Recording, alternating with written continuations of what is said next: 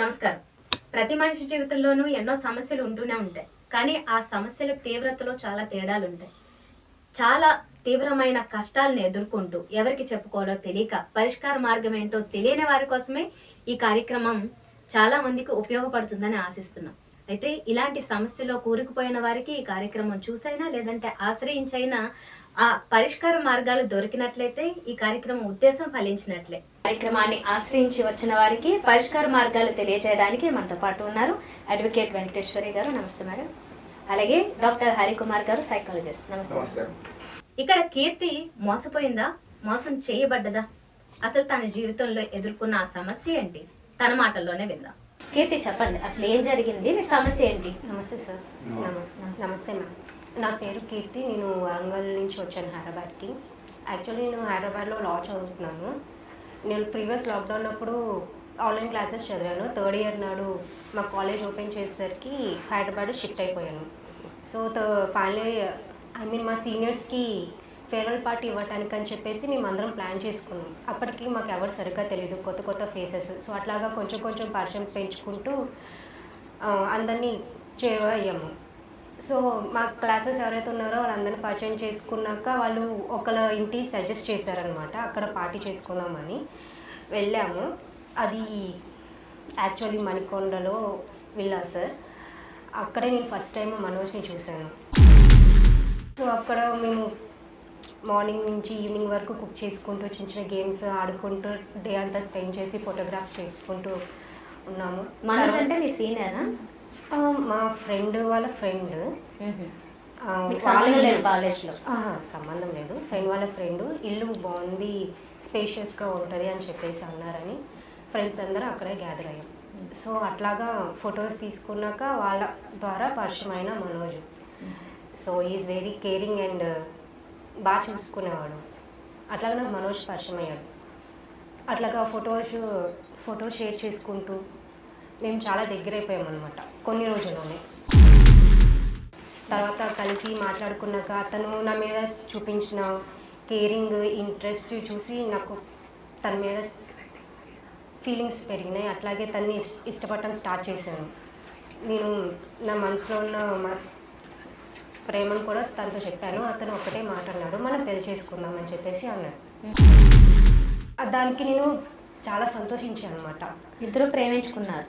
లేదు, తను మాత్రం పెళ్లి చేసుకుందాం అన్నాడు, నేను మాత్రమే ప్రపోజ్ చేశాను. తను ప్రేమిస్తానని మాత్రం నాకు చెప్పలేదు. ఓకే, పెళ్ళి అన్నారు కదా, ఇద్దరం కలిసి ఉంటామని ఒక ఆలోచనతో నేను కూడా ఓకే చెప్పేశాను. తను వాళ్ళ parents well settled in USA. So అతను అక్కడికి వెళ్ళి వాళ్ళ పేరెంట్స్ని ఒప్పించి వస్తా అని చెప్పేసి అన్నారు. నేను అలాగే మా పేరెంట్స్ని ఒప్పిస్తా అని చెప్పేసి అన్నాను. నేను మా పేరెంట్స్ చెప్పేశాను, తను యూఎస్ వెళ్తా అని చెప్పేసి అన్నాడు. వెళ్ళాడు 5 days. తర్వాత తను ఫోన్ చేసి మా పేరెంట్స్ ఒప్పుకున్నారు, డేట్ కూడా ఫిక్స్ చేశారని చెప్పేసి అన్నాడు. కాకపోతే ఆ పరిచయంలో అతను వాళ్ళ ఫస్ట్ వైఫ్ గురించి చెప్పాడు. అతను పెళ్ళయింది, డివోర్స్డ్ కూడా. పరిచయం అయినప్పుడే చెప్పేశారు ఆయన. అన్ని ఏమీ దాచలేదు, చెప్పారు. సరే, ఇంత నన్ను కేరింగ్గా చూసుకుంటున్నారు, ఇంత ప్రేమగా చూసుకుంటున్నారు, ఏ లోటు లేకుండా ఇంత మంచిగా ఉన్న వ్యక్తిని ఆ ఫస్ట్ వైఫ్ ఎందుకని వదిలేసి వెళ్ళిపోయిందని అయినప్పటి నుంచి మ్యారేజ్ డెసిషన్ తీసుకునేంత మనకు ఎంత టైం గ్యాప్ ఉండింది? ఒక 2-3 months మ్యామ్. 3 months. 3 months లో మీరు మ్యారేజ్ చేసుకోవాలని డెసిషన్కి వచ్చేసారు? అవును మ్యామ్. ఎందుకంటే అంతకన్నా కేరింగ్ తీసుకున్న వాళ్ళు దొరుకుతున్నారంటే ఎవరు వదులుకుంటారు చెప్పండి. సో అందుకే నేను ఓకే చెప్పేశాను.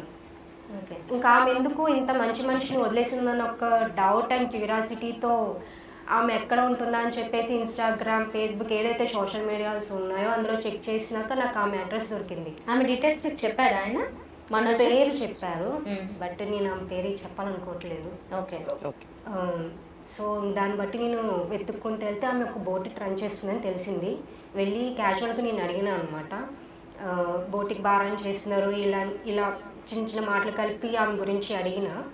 అయితే ఆమె ఓపెన్గానే చెప్పింది, నాకు ఇట్లా ఫస్ట్ మ్యారేజ్ అయింది, ఆ డివోర్స్ అయ్యింది, అండ్ ఇప్పుడు సెకండ్ మ్యారేజ్ చేసుకున్నాను, ఇప్పుడు నేను హ్యాపీగా ఉన్నాను, పిల్లలతో బోటిక్ రన్ చేసుకున్నాను అని చెప్పేసి అన్నారు. సో ఫస్ట్ మ్యారేజ్ గురించి అడిగినప్పుడు ఆమె మనోజ్ గురించి చెప్పారనమాట. తను గే అని చెప్పేసి అన్నారు. అంటే దూరం పెట్టేవాడు, ఎప్పుడైనా దగ్గరికి వెళ్ళినా కూడా దూరం పెట్టేసి ఇప్పుడు ఇంట్రెస్ట్ లేదు తర్వాత అంటూ పొగిడించుకుంటూ వచ్చారు అని చెప్పేసి చెప్పారు. నాకు అప్పటికే నేను షాక్ అయిపోయాను, ఏం చెప్పాలో నేను కూడా మాటలు రాలేదన్నమాట. తర్వాత మనోజే తన దగ్గర ఓపెన్ అయ్యాడని చెప్పేసి ఆమె చెప్పారు, ఎందుకు ఇట్లా దూరం పెడుతున్నావు, ఇన్ని నెలల నుంచి చూస్తున్నాను, నన్ను ఒకసారి దగ్గరికే తీసుకోవట్లేదు అని చెప్పేసి అడిగినప్పుడు నాకు మగవాళ్ళ మీద ఇంట్రెస్ట్ ఉంది, వాళ్ళతో కూర్చోవడం అంటే ఇష్టం, మాట్లాడటం అంటే ఇష్టము, వాళ్ళతో ఉన్నప్పుడు అదో ఫీలింగ్ నచ్చింది, అందుకే నాకు మీద ఫీలింగ్ రావట్లేదు, ప్రేమ అయితే ఉంది అని చెప్పేసి అన్నారంట. ఆ ఒక్క విషయంలోనే ఆమె డివోర్స్ తీసుకొని వెళ్ళిపోయానని చెప్పేసి అంది. ఇప్పుడు ఫస్ట్ మ్యారేజ్ కూడా అరేంజ్డ్ మ్యారేజ్ అయినా తనది లేదా లవ్ మ్యారేజ్? Love marriage. ఫస్ట్ది కూడా లవ్ మ్యారేజ్, సెకండ్ది కూడా లవ్ మ్యారేజ్ చేసుకోవడానికి సిద్ధపడ్డాడు. అవును. అయితే తర్వాత ఇంటికి వచ్చినాక నేను మొత్తం నా మెమరీస్ అనేది రీకలెక్ట్ చేసుకుంటే అప్పుడు అర్థమైంది, ఎప్పుడు నేను తన దగ్గరికి చేరువగా వెళ్ళినా ఇప్పుడు కాదు పెళ్లి తర్వాత అని చెప్పేసి పోస్ట్పోన్ చేసుకుంటూ వస్తుంటే నేను అప్పుడు సరే ఇంత మెచ్యూర్ మైండ్తో ఆలోచిస్తున్నారు నా కోసమే కదా అని చెప్పేసి నేను ఎప్పుడు అలా ఆలోచించలేదు. తర్వాత ఆమె చెప్పిన తర్వాత ఇవన్నీ గుర్తుకొస్తుంటేనే నిజమేనేమో, నేనేమైనా తప్పు చేశానా, ఏమి పూర్తిగా తెలుసుకోకుండా ఓకే పెళ్ళికి ఓకే అన్నాను. ఇప్పుడు నా సిచ్యువేషన్ ఎట్లయిపోయిందంటే సార్, ఈ పేరెంట్స్కి చెప్పేశాను, అతను వాళ్ళ పేరెంట్స్ చెప్పేసి డేట్ ఫిక్స్ చేసి వచ్చాడు, నేను ఇప్పుడు వాళ్ళకి చెప్పుకోలేకపోతున్నాను, నేను డాడీకి అడగలేకపోతున్నాను, నేను చాలా కన్ఫ్యూజన్ అయిపోయింది, ఇప్పుడు ఇతన్ని చేసుకోవాలా లేదా అనేదే నాకు కన్ఫ్యూజన్ సార్. ఏం చేయమంటారు, నాకు అసలు తట్టుకోలేకపోతున్నాను, వాడిని చాలా ఇష్టపడ్డాను, ఇప్పటికి కూడా ఇష్టంతోనే ఇక్కడికి వచ్చానా లేకపోతే ఏంటని తెలియట్లేదు సార్. మీరు అతను మాట్లాడారా డైరెక్ట్ గా, ఇది మీకు ట్రూత్ తెలిసిన తర్వాత? లేదు మేడం, అడగనే లేదు. అంటే అతన్ని అడిగితే ఎట్లా రిసీవ్ చేసుకుంటాడు, ఒప్పుకుంటాడా లేదా డౌట్ ఉండిపోయింది. ఇంకా I was in total confuse. వాళ్ళ ఫస్ట్ వైఫ్ తో మాట్లాడిన విషయం కూడా అతనికి తెలియదు, మీరు కలిసినట్టు ఏమీ తెలియదు, ఏమీ చెప్పలేదు. ఓకే, ఇప్పుడు పేరెంట్స్ చెప్పేశారు, ఒక కమిట్మెంట్ ఇచ్చేశారు, ఈ టైం మీకు ఇంకా అతని మీద ప్రేమ కూడా ఉంది, చాలా ఇష్టం, అంత కేరింగ్ పర్సన్ని ఎవరైనా ఎలా వదులుకుంటారు, కానీ ఒక్క విషయం నాకు చెప్పకపోయేసరికి అది తీసుకోలేకపోతున్నాను నేను. చూడ లేడీ మ్యాన్తో మగవారితో ఒక 3 రకాలుగా రిలేషన్ పెట్టుకోవచ్చు. అదొకటి స్నేహం. స్నేహంలో ఏముంటుంది, ఎంతవరకు ఉంటుంది మనందరికి తెలిసినటువంటి విషయం. లేదా ఫిజికల్గా ఉన్నటువంటి పెళ్లి కాకుండా ఉండేటువంటి రిలేషన్ రెండవది. ఇక మూడవది నాకే సొంతం అవ్వాలి అనేటువంటి, నాకే పూర్తిగా ఉండాలి అనేటువంటి ఒక పెళ్లి మ్యారేజ్ రిలేషన్షిప్ ఉంటుంది. మీరు అన్నారు నాతో బాగా చక్కగా ఉన్నాడు, మంచిగా చూసుకున్నాడు అంటే, నేను అంటాను మీరు ఫిజికల్గా రిలేషన్షిప్ లేకపోయినా కూడా బాగా ఇష్టపడగలిగినటువంటి స్థితిలో ఈ వ్యక్తి ఉన్నాడు. అయితే మీకు తెలుసుకున్నారు ఇతనికి ఏ అయి ఉంటుంది కాబట్టి ఇతను మ్యారేజ్ మీరు ముందుగా అనుకున్నారు, చాలా చక్కగా ఇతనికి ఒక విలువలు ఉన్నటువంటి వ్యక్తి కాబట్టి మ్యారేజ్ తర్వాతనే ఫిజికల్గా కలవాలి అనేటువంటిది ఇతనికి ఉందేమో అనుకున్నారు. కానీ మీరు ఎప్పుడు ఆశ్చర్యపడ్డారంటే అతను గే అనేటువంటిది ఫస్ట్ వైఫ్ వల్ల మీరు తెలుసుకున్నారు. అయితే నేను ఇప్పుడు ఏమంటానంటే, పెళ్లి చేసుకోవాలా వద్దా, ఎందుకు మగవాడి ఆసరా కోరుకుంటుంది అమ్మాయి అంటే, చాలా మంది కూడా వర్క్ చేసేటువంటి ప్లేస్లో మంచి స్నేహితులను కూడా కలిగి ఉంటారు. ఎలా ఉంటారంటే, మన కుటుంబంలో ఉన్నటువంటి వారికంటే కూడా చాలా దగ్గరగా ఉండి అన్నింటిలో ప్రోత్సహించేటువంటి వాళ్ళు ఉంటారు. అయితే కొంత స్టెప్ ముందుకు వేసిన తర్వాత కొంతమంది ఫిజికల్గా దగ్గర అవ్వడం వల్ల అభిప్రాయాలను పంచుకోవడం అనేటువంటివి ఇంకా డీప్గా జరుగుతాయి. కాబట్టి కొంతమంది ఫిజికల్గా, అది ఇన్ఫాక్చుయేషన్ వల్ల కావచ్చు, ప్రేమ వల్ల కావచ్చు, దగ్గర అవుతారు. ఇక చివరికి ఏమనిపిస్తుంది అంటే, లేదు ఇతనితో నాకు చాలా కంపాటబుల్ సోల్మేట్ రిలేషన్షిప్ ఉంది, నాకు మనస వాచ కర్మన నాకు అన్నింటిలో కూడా ఉంటాడనేటువంటిది మనం తీసుకునేటువంటి నిర్ణయం కొంత పరిచయం పెరుగుతున్న కొద్దీ. అయితే నీవు సరే గే ఉన్నప్పటికీ నేను ఫ్రెండ్లీగా ఉంటాను, పెళ్లి చేసుకుంటాను, పిల్లలు లేకపోయినా పర్లేదు, సంసార సుఖం అనేటువంటిది నాకు వద్దు, కానీ అతనే కావాలి అనేటువంటిది నువ్వు కొంత చూసావు, జీవితాన్ని చూసావు, నువ్వు కూడా ఆలోచిస్తే అది సరికాదనేటువంటిది కూడా నీకు అనిపిస్తుంది, అవునా కాదా? అయితే నువ్వు ఫ్రెండ్లీగా ఉండొచ్చు, లేదా కొంతవరకు అతనితో ఇంటిమేట్ కూడా రిలేషన్షిప్ కూడా ఉండవచ్చు. మేడం మనం ఇప్పుడు అమ్మాయి వర్షన్ విన్నాము. అవును. ఒక లాయర్ గా మామూలుగా వాదోపవాదాలు విన్న తర్వాత ఓ నిర్ణయాలు అంతే, వస్తాయి. అంతే. కాబట్టి ఈ అమ్మాయి చెప్పిందే కాకుండా అబ్బాయితో కూడా మాట్లాడదాం అసలు అవును. ఏమంటున్నాడు. అవును. ఓకే, అబ్బాయి పేరు ఏమన్నావు? మనోజ్. ఓకే, మనోజ్ తో కూడా మాట్లాడిన తర్వాత అసలు నీ సమస్యకి ఏంటి పరిష్కారం అనేది విందాం. ఓకే, బలంగా మనకి ఎందుకు పిలిచారో మేడం నేను తెలుసుకోవచ్చా? మీకు అమ్మాయి తెలుసు కదా, కీర్తి? తెలుసండి, చాలా బాగా. ఓకే, మీరు మోసం చేశారని మా కార్యక్రమాన్ని ఆశ్రయించడం జరిగింది. మళ్ళీ చెప్పండి, ఏం చేశాను అన్నది? మోసం. తను మీ చేతుల్లో ఒక విషయంలో మోసపోయాను. తను మోసపోయానని చెప్పింది నా చేతుల్లో. నేను చేశాను? ఏం మోసం చేశాను? నిన్ను ఏం చేసావు నీకు తెలియదా? ఏం చేశాను? ఏ విధంగా ఉంది? నీ దగ్గర డబ్బులు తీసుకున్నానా? నీతో ఏమైనా అసభ్యకరంగా చేశానా? లేకపోతే నీతో ఉంటూ వేరే వాళ్ళతో ఏమైనా వెళ్ళానా? ఏ విధంగా మోసం చేశాను నేను అసలు? నీకు తెలియదా నువ్వు ఏం మోసం చేసావో? నీ మనసుకు తెలియదా? నువ్వు ఏదో మోసం చేశానని చెప్పి ఇక్కడికి వచ్చావని ఆవిడ చెప్తున్నారు. అసలు ఏం మోసం చేశానో చెప్పగలిగితే నేను చేశాను, లేదా అప్పుడు నేను చెప్తాను. సరే, నేను అడిగినాక మరి నువ్వు దాన్ని యాక్సెప్ట్ చేస్తావా? అసలు నువ్వు ఏం అడుగుతావు? దేని సరే, గురించి నేను చెప్పేది విను. అదే నువ్వు సెక్షువల్ లైఫ్ కి అన్ఫిట్ కాదా? నీకెలా తెలుసు ఆ విషయం? నువ్వు వేరే విధంగా నాతో ఆ విషయంలో పాల్గొన్నావా? లేదంటే నీకేమైనా డాక్టర్ సర్టిఫికేట్ ఇచ్చారా? నేను నీతో పాల్గొనకపోవచ్చు, మరి నీ దగ్గరికి వచ్చినప్పుడు నువ్వు ఎప్పుడు నన్ను అవాయిడ్ చేస్తూనే ఉన్నవాడు కదా. ఏ అమ్మాయి అయినా ఏమంటది? మామూలుగా ఒక అమ్మాయి దగ్గరికి వస్తే యాక్చువల్లీ అమ్మాయి అంటది అన్నమాట, పెళ్లి తర్వాత చేద్దాం ఇప్పుడు వద్దని. కానీ రివర్స్ లో ఇక్కడ నీ విషయంలో నేనన్నాను, పెళ్లి తర్వాత చేద్దాం ఇప్పుడు వద్దని.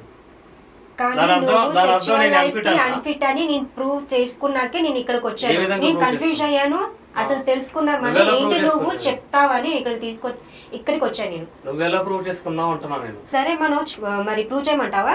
ప్రూవ్ చేసి చూపించు నాకు. ఒక నిమిషం మనోజ్, చెప్పండి. ఇప్పుడు ఆ అమ్మాయి ఒకటి చెప్తుంది, మీరేమో వేరే నేను మంచివాడిని, మీరు చెప్పాల్సింది నేను చెప్పాను, 2 నెలలు లేదా పెళ్ళి అయిన తర్వాత అంటున్నారు. నిజంగానే ఆ కారణంతోనే అవాయిడ్ చేశారా, లేకపోతే తను చెప్పిన కారణం ఏదన్నా దీని వెనుక నిజంగా ఉందా? నేను నిజంగానే ఆ కారణంతోనే అవాయిడ్ చేశాను. తను చెప్పిన కారణం అది ఖచ్చితంగా తప్పనే భావిస్తాను. ఓకే, మీకు మొదటి పెళ్ళి అయింది కదా? అయిందండి. ఓకే, ఎందుకు విడిపోయారు తెలుసుకోవచ్చా? మా ఇద్దరికి కొంచెం కుదరక, ఆమెకి నాకు అంతగా సెట్ అవ్వక విడిపోయాం. ఓకే, కారణాలు ఏంటి? అంటే సెట్ అవ్వకపోవడం కారణాలు అంటే నేను అంత చెప్పదలుచుకోలేదు. మీ సమస్య ఏంటో మీరు చెప్పట్లేదు, మీరు చెప్పింది నిజమని ఎలా నమ్మాలి? ఇప్పుడు ఆమె ఇప్పటిదాకా చెప్పింది నిజమని ఎలా నమ్మారు? నేను చెప్పింది కూడా అలాగే నిజమని నమ్మాలి కదా. మనోజ్, వితండవాదం చేయొద్దు. నువ్వు నిజమేదో చెప్తే ఆ నిజానికి తగ్గట్టుగా, ఆ సమస్యకు తగ్గట్టుగా పరిష్కారం చెప్పేటటువంటి అవకాశం ఉంటుంది. అంతేగాని నువ్వు వితండవాదం చేస్తే, ఒకవేళ నువ్వు చెప్పిందే అబద్ధం అని చెప్పేసి సాక్ష్యాధారాలు కానీ ఇక్కడ పెడితే ఆ తర్వాత నువ్వు మాట్లాడడానికి కూడా అవకాశం ఉండదు. కనుక జాగ్రత్తగా ఓపెన్ మైండ్తోని విను, నిజమేంటో చెప్పు, దీన్ని ఎలా పరిష్కరించాలి అన్నది మనం ఆలోచిద్దాం. ధన్యవాదం కాదండి, ఆమె అంతలా ప్రూఫ్స్ ఉన్నాయి నేను ప్రూవ్ చేస్తా అంటుంది. అసలు ఆమె దగ్గర ఏం ప్రూఫ్ ఉంది అని అడుగుతున్నాను నేను. మీరు పెళ్ళి అయినటువంటి వ్యక్తి, మీరేమి స్టూడెంట్ కాదు, యంగ్స్టర్ కాదు. ఆ అమ్మాయికి మీకు చాలా ఏజ్ డిఫరెన్స్ కూడా కనిపిస్తుంది. మీరు ఇందాక మేడం అడిగారు ఏమని, అసలు ఎందుకు మీరు విడిపోయారంటే ఆ విషయాలు మా ఇద్దరి మధ్యన సరిపడలేదు అని అన్నారు. ఏం సరిపడలేదు అని ఆవిడ అడిగారు. అడిగినప్పుడు నేను ఆ విషయాలు చెప్పదలుచుకోలేదు అన్నారు. మీరు విడిపోయేటప్పుడు కోర్టులోని ఎందుకు విడిపోయారన్న కారణం చూపించాలి కదా. ఆ కారణం ఏమని చూపించి తీసుకున్నారు మీరు? ఆ కారణం కోర్టులో చూపించాము, ఆ కారణం నేను ఇక్కడ మీడియా ముందు అందరి ముందు చెప్పదలుచుకోలేదు. మరి అదే కారణం అంటే మీలో ఉన్నటువంటి ఆ చెప్పకూడనటువంటి కారణాన్నే ఒకవేళ ఆమె చెప్పి సాక్ష్యాధారాల ద్వారా చెప్పింది అనుకోండి, అప్పుడు మీ పరిస్థితి ఏంటి చెప్పండి. మేమిద్దరం కలిసి జీవించలేకపోతున్నాము. నా అలవాట్లు, నా పద్ధతులు, నా ఆలోచనలు అన్ని తనకు సరిపడట్లేదు. నేను నా జీవితాన్ని లీడ్ చేసే విధానం తనకు అంతగా నచ్చట్లేదు. ఆ రీజన్ చూపించి తనకు వేరే లైఫ్ కోరుకుంటుంది, నేను వేరే లైఫ్ కోరుకుంటున్నా. సో ఆ రీజన్ చూపించి ఇద్దరం కలిసి కోర్టుకి వెళ్ళి విడిపోయాల్సి వచ్చింది. మీది మొదటి పెళ్లి కూడా లవ్ మ్యారేజే కదా? కాలేజ్ లో ఇద్దరం, ఆమె నన్ను ఇష్టపడింది, తర్వాత నేను ఆమెను ఇష్టపడ్డాను. తర్వాత ఇద్దరం కలిసి ఇంట్లో పెంచి పెళ్లి చేసుకున్నాను. మనోజ్, నువ్వు చెప్పిన దాంట్లోని మా ఇద్దరు జీవన విధానాలు వేరు, నా జీవన విధానం ఆమెకు నచ్చలేదు, అందుకే మేము విడిపోయామని చెప్పారు కదా. ఒక్కటి మీలాంటి యూత్ అంతా గుర్తుపెట్టుకోవాల్సింది, అంటే అందరు తెలుసుకోవాల్సింది, నేర్చుకోవాల్సింది ఏంటంటే, ఏ భార్యాభర్తలైనా కానివ్వండి, ఒకే కుటుంబం నుంచి రారు, 2 విభిన్న కుటుంబాల నుంచి వస్తారు. వచ్చిన తర్వాత వీళ్ళ అలవాట్లు వాళ్ళ జీవన విధానం వేరువేరుగా ఉంటుంది. ఉన్నంత మాత్రాన వాళ్ళు విడిపోరు, ప్రతి విషయంలోనే అడ్జస్ట్ అయ్యి ముందుకు సాగిపోతూ ఉంటారు. అయితే నా జీవన విధానం సరిగ్గా లేదు కాబట్టి విడిపోయామంటే ఆ జీవన విధానం ఏది సరిగ్గా లేదు, ఆ సరిగ్గా లేనటువంటి ఆ జీవన విధానం ఏంటి, సరిగ్గా లేనటువంటి ఆ అలవాటు ఏంటి, ఆ చర్య ఏంటి అన్నది మీరు చూపించే విడాకులు తీసుకొని ఉంటారు. మరి రేపు ఈమెతో జరిగేటటువంటి వివాహంలో కూడా అదే జీవన విధానము ఆమెకు నచ్చకపోవచ్చు, మళ్ళీ సేమ్ ప్రాబ్లం వచ్చేటటువంటి అవకాశం ఉంది. కనుక ఆ జీవన విధానాన్ని మరి మీరు సరి చేసుకునే అవకాశం ఉందా, లేదా ఆ జీవన విధానం ఈమె విషయంలో కూడా అలాగే జరిగి ఫెయిల్ అయ్యేటటువంటి అవకాశం ఉందా అన్నది ఇక్కడ ఇష్యూ. కనుక ఆ జీవన విధానం ఏంటి, ఆ మిస్టేక్ ఏంటి, ఎక్కడ ఆ తప్పు ఉన్నది అన్నది, ఆ తప్పుని మీరు ముందు వైవాహిక జీవితంలో జరిగినటువంటి ఆ తప్పుని ఏంటో చెప్తే కొంచెము మీ ద్వారా, మీ నోటి ద్వారా వింటే మరి సమస్యని సాల్వ్ చేసుకునేటటువంటి అవకాశం ఉంటే చేసుకోవచ్చు. లేదంటారా మళ్ళీ మీకు ఫస్ట్ ఎక్స్పీరియన్సే రిపీట్ అయ్యేటటువంటి అవకాశం ఉందేమో అని నాకు అనిపిస్తుంది. మేడం, మీరు బలవంతంగా ఏదో నాకు లేనిది ఉందని చెప్పి మీరు ప్రూవ్ చేద్దామని అనుకున్నారు. ఆమె మాటలు విన్నారు, కాదనట్లేదు. ఆమె చెప్పింది నిజం, నువ్వు నిజం దాస్తున్నావు అని చెప్పి నన్ను బలవంతంగా ప్రూవ్ చేద్దామని మీరు చూస్తున్నారు. కానీ మీరు ఎంత ప్రూవ్ చేద్దామని చూసినా ఆల్రెడీ ఒకసారి నాకు తప్పు జరిగింది. నేను ఆ తప్పుని తెలుసుకుని గ్రహించగలిగాను. మళ్ళీ ఈమెతో కూడా అదే తప్పు జరగాలని చెప్పి నేను అనుకోవట్లేదు. పరిచయమైన 2 నెలల్లోనే మీరు ఎలా పెళ్లి చేసుకున్నారు అనుకుంటున్నారని మీరు అడగచ్చు. నేననేది ఏంటంటే, నాకు ఆల్రెడీ ఒక అమ్మాయిని ప్రేమించి పెళ్లి చేసుకున్నాను. తర్వాత సెట్ అవ్వక విడిపోయాం. ఆ తర్వాత మళ్ళీ నేను ఎవరితోనే అంత కలవలేదు. చాలా రోజుల తర్వాత, చాలా సంవత్సరాల తర్వాత మళ్ళీ ఇంకొక అమ్మాయి నా దగ్గరకు వచ్చి, నేను నచ్చి, నా జీవన విధానం నచ్చి నన్ను పెళ్లి చేసుకుంటా అని చెప్పి, నన్ను లవ్ చేస్తున్నాను అంటే నాకు చాలా ఇష్టం అని చెప్పి అన్నది కాబట్టి నేను పెళ్లి చేసుకుందాం అని అడిగాను. ఓకే, లేనిది ప్రూవ్ చేయాలని ఎవరు అనుకోరు. లేనిది ప్రూవ్ చేయడం అంత సులువైనటువంటి విషయం కాదు. మరి ఏది ఉంది, ఏది లేదు, ఏది ప్రూవ్ అవుతుంది అన్నది మరి మా ముందు వచ్చినటువంటి అమ్మాయి చెప్పాలి. మరి చూద్దాం ఏమవుతుందో. ఆ అమ్మాయి ఏం చెప్తుందో విందాం మరి. సో కీర్తి, ఆయన చాలా స్ట్రాంగ్ గా మాట్లాడుతున్నారు, నిజానికి చాలా గట్టిగా మాట్లాడుతున్నారు. తన దగ్గర ఏ తప్పు లేదు, తను ఏది దాచలేదు అని. నువ్వేం చెప్పాలనుకుంటున్నావు? ఏదో తను దాస్తున్నాడు. ఏం దాస్తున్నా? అదే చెప్తున్నా, అడుగుతున్నా. ఇందాక చెప్పినా కదా నువ్వు సెక్షువల్ అన్ఫిట్ అని. ఎలా తెలుసు అని కూడా అడిగాను నేను. ఇందాక నుంచి టాపిక్ అదే నడుస్తుంది. ఎలా ప్రూవ్ చేద్దాం అనుకుంటున్నావు? నీ దగ్గర ఏం ప్రూఫ్స్ ఉన్నాయి? ప్రూఫ్స్ ఉన్నాయి కాబట్టి నీ కవర్కి వచ్చాను. ఇంతవరకు వచ్చావు కదా, ఇప్పుడు ప్రూఫ్ చూపించు. చూపిస్తాను. చూపించడంలో పెద్ద సమస్య ఏం కాదు. చూపించినాక మరి నువ్వు ఒప్పుకుంటావా? అది ముందు నువ్వు ప్రూఫ్ చూపించు, అది రైటా కాదా నేను చెప్తాను. కీర్తి, మరి ఏం చేద్దాం చెప్పు. మ్యామ్, మీకు ఒక నంబర్ ఇస్తాను, ఆ నంబర్ కాల్ చేయండి, మీకు తెలుస్తుంది. ఎవరిదా నెంబర్? మనోజ్ వాళ్ళ ఫస్ట్ వైఫ్ది. ఓకే.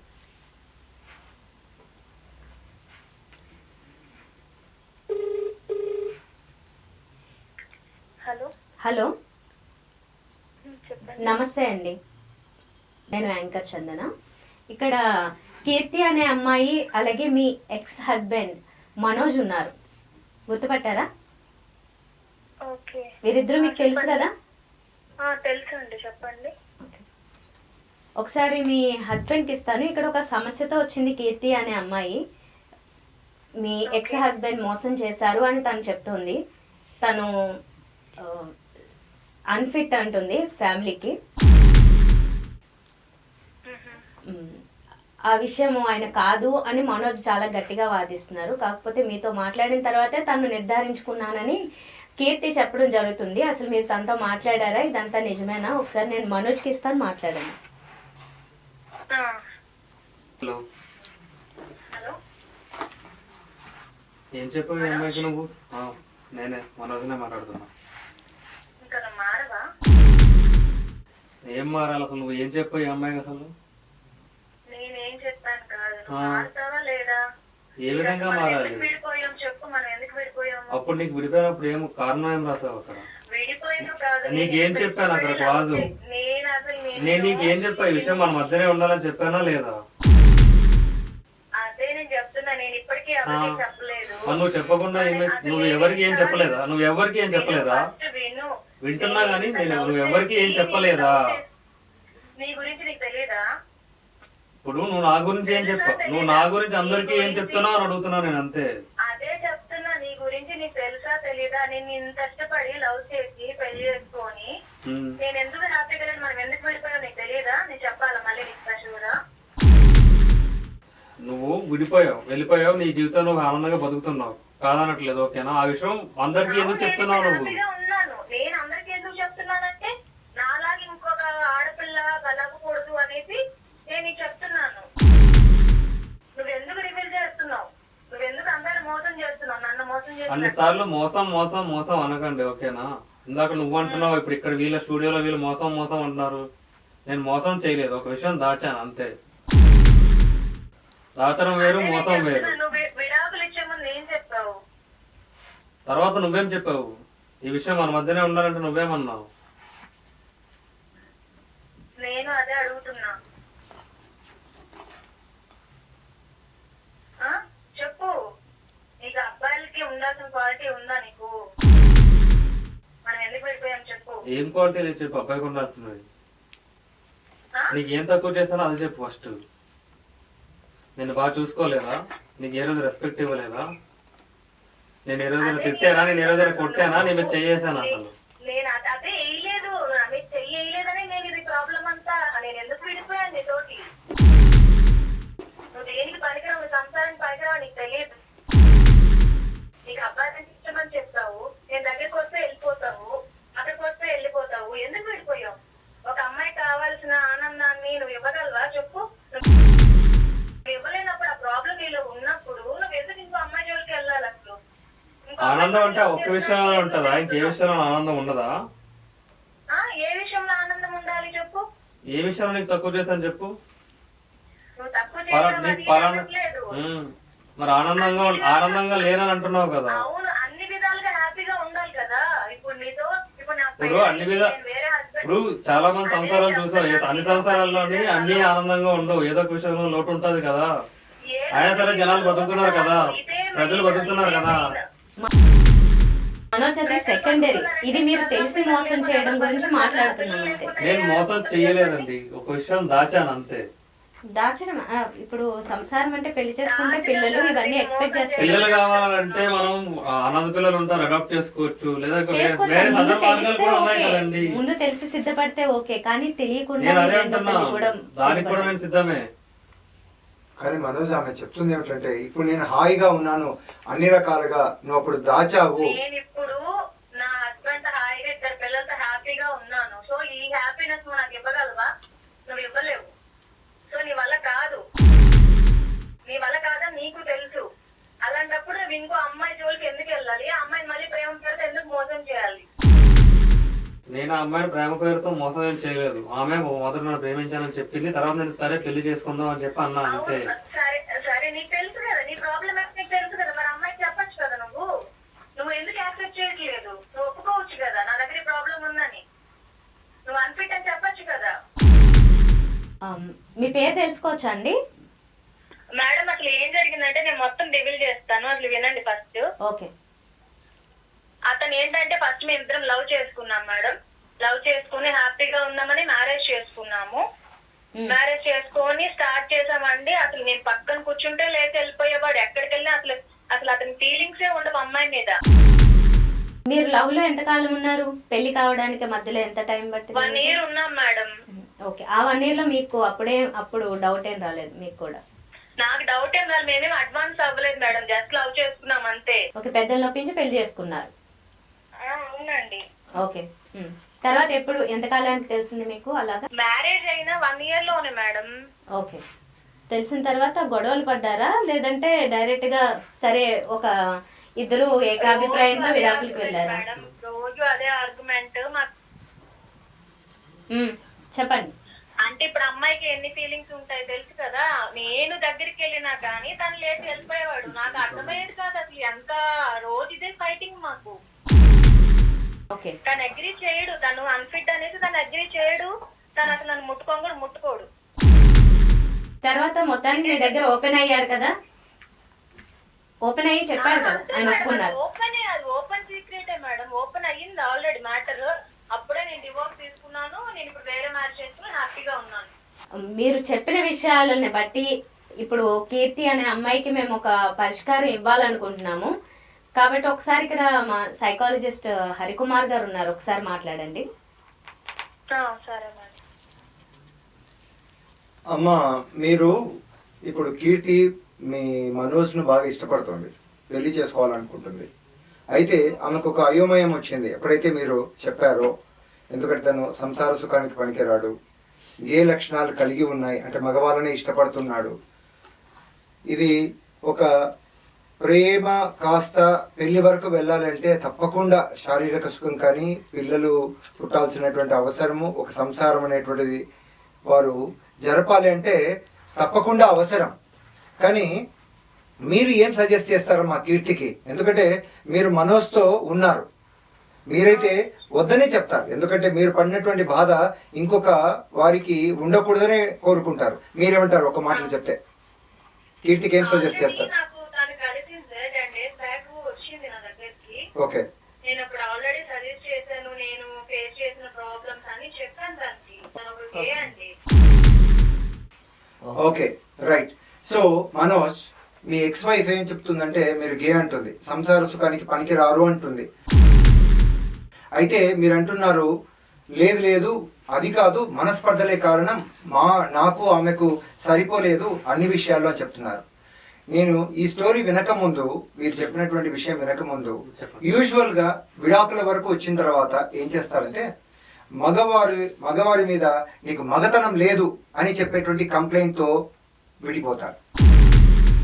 ఆడవారికి తిరుగులు తిరుగుతుంది అని చెప్పి విడాకులు మేము అప్లై చేసుకున్నాం అనేది కామన్గా ఉంటుంది.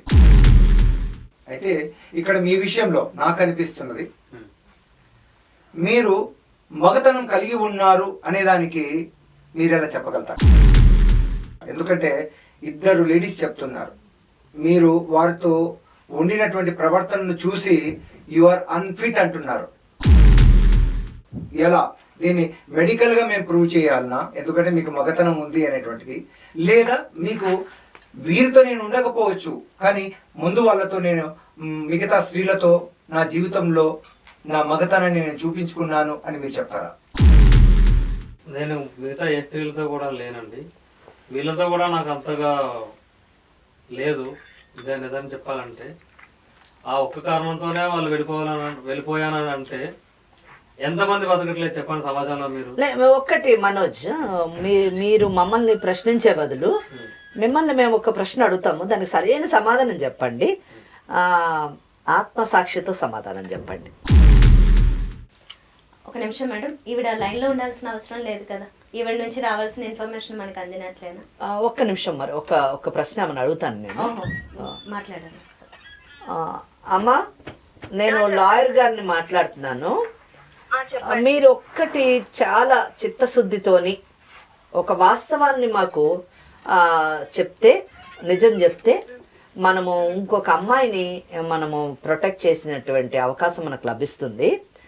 అంటే ఇతను మీరేమంటున్నారంటే ఇతను గే అని చెప్పి అంటున్నారు, అది వాస్తవమా అమ్మ? అది నిజం మేడం, కరెక్ట్ అండి. ఎందుకంటే నేను చాలా సార్లు ట్రై చేశాను, తను అసలు ఎప్పుడు అంటే అవాయిడ్ చేస్తూనే ఉన్నాడు. కానీ ఇంకా నేను ప్రెజర్ చేసి డైరెక్ట్ గా అడిగితే అప్పుడు చెప్పాడు, అతను ఒప్పుకున్నాడు రాను అన్ఫిట్ అనేది. నేను గే అని అతను ఒప్పుకున్నారు మీ ముందు. మీరు ఇప్పుడు విడాకులు తీసుకున్నారు కదా, ఆ విడాకుల్లోని మరి ఇదే కారణం చూపించి తీసుకున్నారా అమ్మా? లేదండి, లేదు. Okay, right. అంటే మీ ఇద్దరి మధ్యన ఒక ఒప్పందం, ఈ విషయం బయట ప్రపంచానికి తెలియకూడదు. అవునండి, మా ఇద్దరికి ఓకే అమ్మా, చాలా సంతోషం అమ్మా. మీరు నిజం చెప్పాలంటే మిమ్మల్ని అభినందిస్తున్నాను నేనైతే మనస్ఫూర్తిగా. ఎందుకంటే మీ జీవితం పాడైన వేరే వాళ్ళ జీవితము, వేరే అమ్మాయి జీవితం అలా పాడు కాకూడదు, నా జీవితం లాగాని ముందుకొచ్చి మరి ఆ అమ్మాయిని మీరు కూడా తెలియదు మేడం, మా ఇద్దరి ఒప్పందం మీద మేము ఇలా తీసుకున్నాము. ఆ, ప్లస్ నా లైఫ్ లాగా ఇంకో అమ్మాయి లైఫ్ ఏంటంటే స్పాయిల్ అవ్వకూడదన్న ఒక ఉద్దేశంతోనే నేను మీకు చెప్పడం జరుగుతుంది. లేదంటే చాలా చాలా సంతోషం, మన చాలా గొప్ప విషయం అమ్మా. ఎందుకంటే ప్రస్తుత సమాజంలోని మా ఎదుటి వాళ్ళు ఎలా పోయినా పర్వాలేదు, మనం బాగుంటే చాలు అనుకునేటటువంటి కాలంలోని మీరు సఫర్ అయినట్టు ఇంకొక అమ్మాయి సఫర్ కాకూడదు అని చెప్పేసి కీర్తి విషయంలోని మీరు ఇంత ధైర్యంగా ఆమెను ఎడ్యుకేట్ చేయడమే కాకుండా ఇంత ధైర్యంగా ముందుకొచ్చి మీరు చెప్పడం అన్నది చాలా అభినందనీయమమ్మా. Thank you so much. విషయం మేడం, చెప్పమ్మా. తను చాలా డీప్ లో ఉందన్నమాట. అవును అవును, సో నేను చెప్పాల్సినంత నేను చెప్తాను, మీరు కూడా కొంచెం సజెస్ట్ చేస్తే. తప్పకుండా అమ్మా, తప్పకుండా. ఎందుకంటే మీరు విక్టిమ్ కదమ్మా, మీరు కూడా ఒకప్పుడు ఇలాగే డీప్ లవ్ లో ఉండి ఆ తర్వాత నిజం తెలుసుకొని ఎంతో సఫర్ అయ్యి మళ్ళీ జీవితాన్ని సరిదిద్దుకున్నారు. మరి మీ జీవితం నిజం చెప్పాలంటే అమ్మాయికి గొప్ప లెసన్. మేము చెప్పడం కంటే కూడా మిమ్మల్ని ప్రత్యక్షంగా ఆమె చూసింది కాబట్టి డెఫినెట్లీ ఆ అమ్మాయి కూడా రెక్టిఫై చేసుకుంటుందని అనుకుంటున్నాము. చాలా థ్యాంక్స్ అమ్మా. మరి మేడం అదే సంసారం అనేది చాలా ఇంపార్టెంట్ కదా మేడం. అవునమ్మా, అవును. లేదంటే ఇలా పక్కదారులు పడతారు చాలా అవునమ్మా. మంది. అందుకే నేను ముందుగానే చెప్తున్నాను అన్నమాట. చాలా సంతోషం అమ్మా. లైఫ్ స్పాయిల్ అయిపోవడం అని. వెరీ గుడ్ అమ్మా, వెరీ గుడ్. మీరు అసలు నిజం చెప్పాలంటే 50% మీరు ఆల్రెడీ ఆమె కౌన్సిలింగ్ చేశారు. ఆమె ఒక డైలమాలో కన్ఫ్యూజన్ లో కీర్తి ఇక్కడ రావడం జరిగింది. ఇప్పుడు ఇదంతా విన్న తర్వాత డెఫినెట్లీ ఆమెకు టోటల్ అవేర్నెస్ వస్తుందని మేము అనుకుంటున్నాము. ఎందుకంటే చాలా చిన్న అమ్మాయి, స్టూడెంట్ కూడా, చాలా భవిష్యత్తు ఉంది ఆ అమ్మాయికి. అవునవును, చాలా మంచి భవిష్యత్తు ఉంది. చూద్దామమ్మా, ఆ అమ్మాయి జీవితం బంగారు భవిష్యత్తుగా తీర్చిదిద్దడానికి ప్రయత్నిస్తాము. మేడంతో మాట్లాడండి. ఓకే, మొత్తానికి మీరైతే సంతోషంగా ఉన్నారు కాబట్టి మీ జీవితాన్ని సరిదిద్దుకొని సంతోషం అండి. మా కార్యక్రమంలో మీరు మాట్లాడి డీటెయిల్స్ అన్ని చెప్పినందుకు, కీర్తికి కూడా మీ సలహాలు ఇచ్చినందుకు. ఇక మీదట ఇక్కడ డాక్టర్ గారు అలాగే లాయర్ గారు ఇచ్చిన సలహాల ప్రకారం మేము ముందుకెళ్తాం. Thank you. మనోజ్, ఇంత క్లియర్గా మరి ఇందాక మీరు అన్నారు, ఇందాక నాతో చాలాసేపు వాదించారు. మరి మీ మిస్సెస్ అంటే మీ పూర్వ భార్య మీరు గే అని చాలా ఖచ్చితంగా మీరు చెప్పారని చెప్పేసి చెప్తున్నారు ఆమె. మరి ఇది ఎంత మటుకు, దీనికి ఇప్పుడు ఏమంటారు మీరు? నిజం చెప్పాలంటే నాకు ముందు నుంచి కూడా కొంచెం స్త్రీల పట్ల అంతగా వ్యామోహం లేదు. మరి మీరు పెళ్లి ఎందుకు చేసుకుంటున్నారంటే సమాజం కోసమా? మీకు ఒక మగాడిగా సమాజంలో నేను బిజినెస్ చేస్తూ ఉంటానండి. సో సమాజంలో నాకంటూ ఒక పేరు ఉంది, ఒక గుర్తింపు ఉంది. నా బిజినెస్ కూడా బాగా ఈ మధ్య ఎక్స్పాండ్ అవుతూ వచ్చింది. సో నాకు కూడా ఒక ఫ్యామిలీ కావాలి, ఒక కుటుంబం ఉండాలి. నేను కూడా ఒక పెద్ద మనిషిలా ఉండాలి అంటే దాంపత్య జీవితం అనేది నాకు కావాలి. కాబట్టి నేను పెళ్లి చేసుకుందాం అని చెప్పి అనుకుంటున్నాను. ఒకటి, నువ్వు మ్యారేజ్కి అన్ఫిట్ అని మేమేమి చెప్పట్లేదు, చెప్పలేం కూడా, చెప్పకూడదు కూడా. మేము చెప్పేది ఒకటే, మొదట మీ మొదటి భార్య మిమ్మల్ని వదిలి వెళ్ళిపోయింది, విడాకులు తీసుకున్నారు. ఆ అమ్మాయి ఇప్పుడు మాట్లాడింది. ఇందాక మాట్లాడినప్పుడు ఆమె ఏమన్నది, ఒక భార్యకి ఏది కావాలో అది మీరు ప్రొవైడ్ చేయలేకపోయారు, అంటే శారీరక పరమైనటువంటి ఆనందాన్ని నాకు కలిగించలేకపోయారు. సెక్స్ అన్నది లేనందువల్ల పిల్లలు కూడా లేరు కాబట్టి నేను ఇంకా ఇటువంటి జీవితం జీవించలేను అని చెప్పేసి వదిలేశాను. వదిలి మళ్ళీ ఇప్పుడు పెళ్లి చేసుకుని నేను చక్కగా 2 పిల్లలు, నేను చాలా హ్యాపీగా ఉన్నాను అని చెప్పారు. ఇప్పుడు నువ్వు నిజంగా నువ్వు కూడా ఒప్పుకున్నావు ఆ విషయంలో, ఎస్ అందుకనే ఈ జీవన విధానం కరెక్ట్ కాదు, ఆమె సెట్ కాలేకపోయింది నా జీవన విధానంలోని, అందుకనే నేను నో అని చెప్పాను అని చెప్పేసి మీరు అన్నారు, వదులుకున్నామని చెప్పేసి. మరి అదే జీవన విధానాన్ని కీర్తికను కోరుకుంటే మీరు ఇవ్వగలరా అన్నది పాయింట్. అయితే నేను ఇందాక అడిగినప్పుడు కూడా ఒక మాట చెప్పారు, నాకు అసలు మొదటి నుంచి ఆడవాళ్ళు అంటే వ్యామోహం లేదండి అని అన్నారు. మరి అలాంటప్పుడు కీర్తి కూడా ఒక అమ్మాయిగా మరి ఆ వ్యామోహం లేనప్పుడు మీరు మరి ఆమెకి కావాల్సింది మీరు ఇవ్వగలరు అనుకుంటే, మీరు మెడికల్ చెకప్స్ అన్నీ అయిన తర్వాత ఎస్ అని అనుకుంటే మీరు పెళ్లికి ప్రొసీడ్ కావచ్చు. కానీ అది ప్రొవైడ్ చేయలేనప్పుడు మీరు ఆమెను పెళ్లి చేసుకోవడం వల్ల ఎంత మటుకు ఇద్దరికి లాభం అన్నది, ఎంత మటుకు అది సక్సెస్ అవుతుంది అన్నది ఆలోచించండి. ఆ అమ్మాయి కూడా మరి అటువంటి సాక్రిఫైస్ చేయగలదా లేదా అన్నది ఆ అమ్మాయి కూడా ఆలోచించాలి. ఇక్కడ కాజెస్ లో తీసుకున్నప్పుడు ఎరెక్టైల్ డిస్ఫంక్షన్ సిండ్రోమ్ అనేది ఉంటుందండి. అంటే ఏమిటంటే నేను మగతనాన్ని చూపించలేను అనేటువంటి ఒక భయం ఉండడం చేత కూడా ఆడవారి దగ్గరగా వెళ్ళాలని, ఆడవారి సాంగత్యాన్ని అవాయిడ్ చేసేటువంటి వాళ్ళు ఉంటారు. వాటిని సిల్లిడాఫిల్ సిట్రేట్ కానీ ఫ్లోక్సిటిన్ అనేటువంటి సింపుల్ మెడిసిన్స్ తెలియకపోవడం వల్లనే దానికి దూరంగా ఉంటారన్నట్టు. అక్కడ మెడికల్ లైన్ ఆఫ్ ట్రీట్మెంట్ కూడా వారికి ఉపయోగపడుతుంది. లేదు అంటే నీకు రియల్ గా, ఎందుకంటే నువ్వు నేను అడుగుతున్నప్పుడు నేను మగవారితో కూడా కలవలేదండి, మగవారంటే ఇష్టం అన్నారు. వీటిని సైకోథెరపీ, సింపుల్ అండి, సింపుల్ గా సైకోథెరపీ ద్వారా వారికి జీవితం పట్ల, ఆడవారి పట్ల ఇష్టత అనేటువంటిది పెంచేటువంటి విధంగా కూడా మనం చేయవచ్చు అన్నట్టు. There are methods are there. అలా చేస్తే వీరు ఫస్ట్ నేను మగవాణ్ణి, నేను చక్కగా నేను ఆడవారిని, ఆ రకమైనటువంటి ఆనందాన్ని, ఎందుకంటే is financial very sound, business మంచిగా చక్కగా చేసుకుంటున్నారు, అన్ని విధాలుగా ట్రాన్స్జెండర్ చూడండి, అటు ఇటు ఆడవారిలాగా అలా అనిపించడం లేదు. Is very very confident. అది మీరు చెప్పిన దాని ప్రకారం ఇప్పటి వరకు ఆయన గేనా బైసెక్సువల్ తెలియదు. అలా మీరు బైసెక్షువల్ అయితే చాలా మంది ఎలా ఉంటారంటే వారి యొక్క భాగస్వామితో ఉంటారండి, అయినప్పటికీ కూడా మళ్ళీ సేమ్ సెక్స్ వైపు కూడా వెళ్తుంటారు. ఎస్, నేను చక్కగా ఉంటాను, ఎందుకంటే అమ్మా జీవితము 100 ఏళ్ల ప్రయాణం అనేటువంటిది. మీరు ఎస్ మీరు అన్ని విధాలుగా నాకు నచ్చుతున్నారంటున్నారు, మీరే అది అసెస్ చేసుకోవాలన్నట్టు ఎలా ఉంటున్నారు అనేది మీకు కొంచెం క్లారిటీ వస్తే.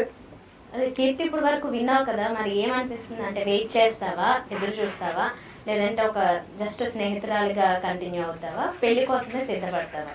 ఇప్పుడు సార్ మేడం వాళ్ళు అంత క్లియర్గా చెప్పినప్పుడు నేను ఇంకా వెళ్ళిపోతాను, యాజ్ ఎ ఫ్రెండ్గా ఉంటాను. ఇప్పుడు సార్ చెప్పారు, ఇందాక మేడం కూడా అన్నారు ఇట్లా అది ఇది అని. సార్ చెప్పిన విధానం బట్టి చూస్తే మనం సార్ స్నేహంగా కూడా ఉండొచ్చు అన్నారు కదా, అదేదో మనం పెళ్లి చేసుకునే స్నేహంగా ఉందాం కదా అంటున్నాం.